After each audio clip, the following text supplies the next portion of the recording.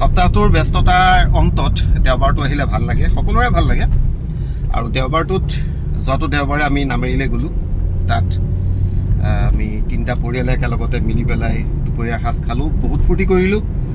আজিৰ দেওবাৰ দিনটোত আমি ভাবিলোঁ আজিনো ক'লৈ যাম, ঢলাইবিললৈকে যাওঁ বাইদেউৰ ঘৰলৈ। আৰু বাইদেউক ফোন কৰি ক'লোঁ, ইতিমধ্যে ভাগিনটোৱে ক'লে মুৰ্গী এটা ধৰিয়েই থৈছোঁ, মামা আহি যোৱা। আমি এতিয়া ঘৰৰ আটাইকেইটা মানুহ ওলাই আহিছোঁ ঢলাইবিললৈ বুলি। দিনটো আমি এনজয় কৰিম তাতে। আচলতে মানুহৰ যিখিনি ব্যস্ততা, খুব ব্যস্ত হৈ গৈছে মানুহবিলাক, চাকৰিৰ ব্যস্ততা, পৰিয়ালৰ ব্যস্ততা। এই ব্যস্ততাৰ পিছত সপ্তাহটো যিদিনাখন শেষ হয়, অৰ্থাৎ দেওবাৰ দিনটো আমি মোটামুটি ফ্ৰী হৈ থাকোঁ। আচলতে এই দেওবাৰ দিনটো আমি সকলোৱে ফূৰ্তিৰে পাৰ কৰিব লাগে। এই দেওবাৰ দিনটোত আমি অন্য চিন্তা চৰ্চা বাদ দি পৰিয়ালৰ লগত এসাঁজ একেলগতে খাই আমি দিনটো উপভোগ কৰিব লাগে। আজি আমি যাম ঢলাইবিললৈ যাম। আহোঁতে আমি জামুগুৰিত সোমাম, তাত অলপ ফুৰি পেলাই আবেলিলৈ ঘৰ পামহি। আৰু আমি এতিয়া আজি দিনটোৰ গোটেই কাৰ্যসূচীসমূহ আমি কেনেকৈ দিনটো এনজয় কৰোঁ, দেওবাৰ দিনটো পৰিয়ালটো সকলো লগ লাগি পেলাই আমি আপোনালোকক দেখুৱাম। আশা কৰোঁ আপোনালোকে সকলোৱে দেওবাৰ দিনটো এনজয় কৰে। আপোনালোকৰ কি মতামত আছে জনালে মই নিশ্চয় সুখী হ'ম।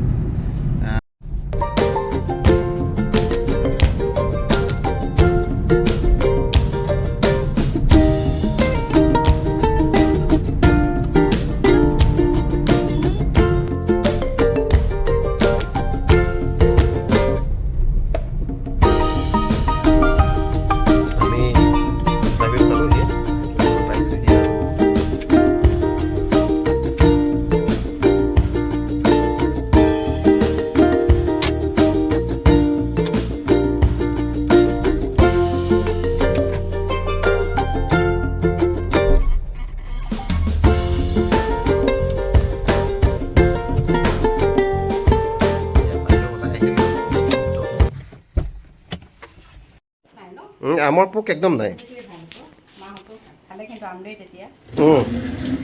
এতিয়া আম খোৱাৰ পৰ্ব আৰম্ভ কৰিম।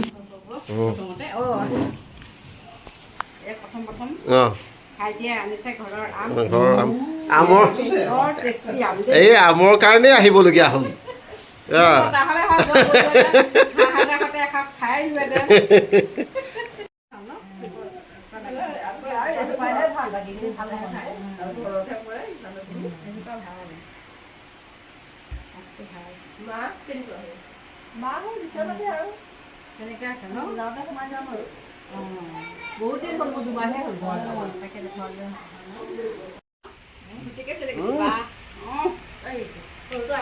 ইও খাইছে নেকি?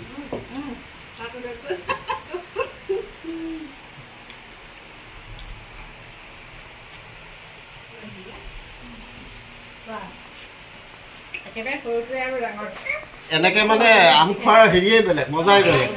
একেলগতে বহি কুণকুণি জলকীয়া মোহাৰি, এইটো মানে আহাৰমহীয়া শাওণমহীয়া, এইটো আৰু সকলোৱে ক'ত পাব।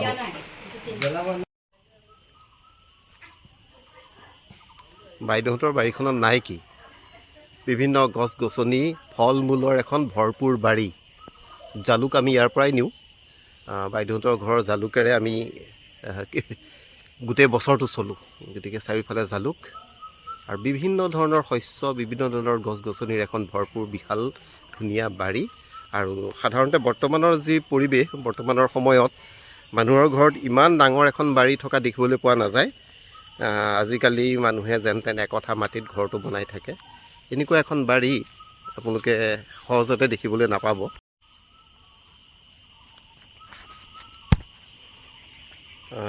লেটেকু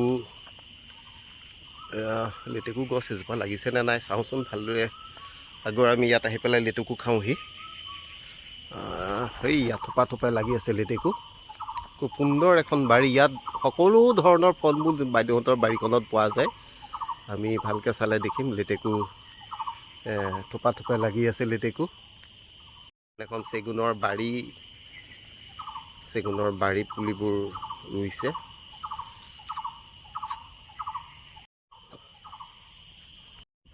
ৰহদৈ গছ,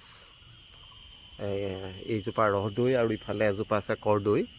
কৰ্দৈজোপা অলপ টেঙা হয়, ৰদৈজোপা অলপ মিঠা হয়। তাৰ কাষতে বিভিন্ন ধৰণৰ কঁঠাল, জামু আদিৰ গছ ভৰপূৰ। এখন অসমীয়া যি ঘৰৰ কথা আমি আগতে ভাবোঁ,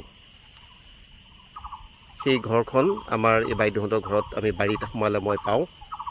খেৰৰ মেজি, ভঁৰাল ঘৰ।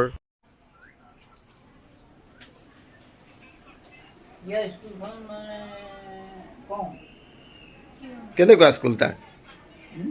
স্কুলত মোবাইল পঢ়ায় নেকি? মোবাইলৰ কথা হা?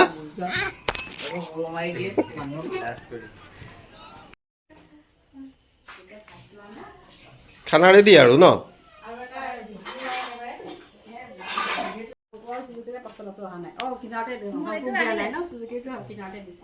তুমি পচলা খাবানে নাই?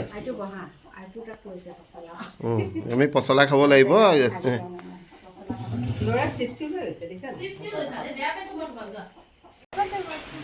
দেওবৰীয়া খানা, দেওবৰীয়া স্পেচিয়েল।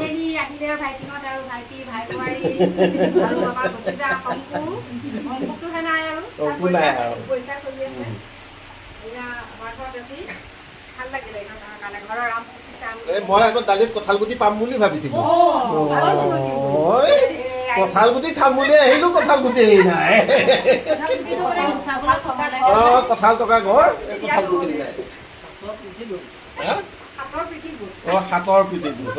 কাৰণ কালিৰ পৰা আকৌ হাত লাগিলে নেকি? আজিৰ পৰাই লাগিছে।